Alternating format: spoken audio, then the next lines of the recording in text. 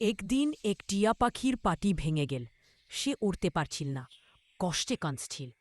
পাশের গ্রামের এক বুড়ি দাদি তাকে দেখে নিজের কান্থার টুকরো দিয়ে ছোট একটা ব্যান্ডেজ বানিয়ে দিল। দাদির আদর, খিচুড়ি আর গান শুনে টিয়ার মন ভরে উঠল।